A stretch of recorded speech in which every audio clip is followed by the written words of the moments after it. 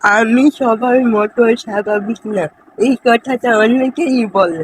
কেউ বলে এই কাজটা আমার জন্য না, কেউ বলে আমার হাতের সমস্যা আছে, তাই নাকি আমি প্রফেশনাল হতে পারবো না। কিন্তু একটা কথা আমি বিশ্বাস করি, মানুষের ইচ্ছা শক্তির যে বড় শক্তি আর কিছু নেই। আমি এই প্রফেশনালটাকে ভালোবাসি, ভালোবাসা থেকেই চেষ্টা করছি, প্রতিদিন নিজেকে একটু একটু করে গড়ে তুলছি।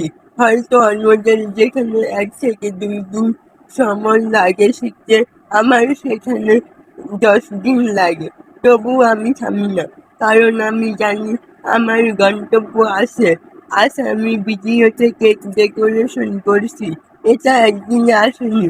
এই পথটা খুব সহজ ছিল না, অনেক ভুল, অনেক হতাশা, অনেক কষ্টের মধ্য দিয়ে আসতে হয়েছে।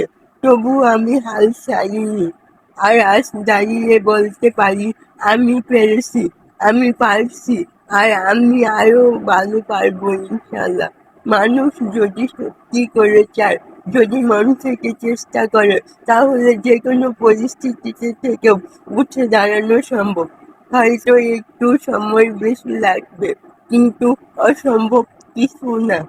তাই যারা আমাকে দেখে ভাবেন এটা তোমার দ্বারা হবে না, তাদের জন্য আমার উত্তর হবে একটাই, আমি থামবো না, আমি শিখবো, আমি এগিয়ে যাব, আর একদিন অবশ্যই আমি আমার জায়গায় পৌঁছাবো। নিজের উপর বিশ্বাস রাখুন, কারণ স্বপ্ন কখনো দুর্বল হয় না, আমরাই মাঝপথে থেমে যাই।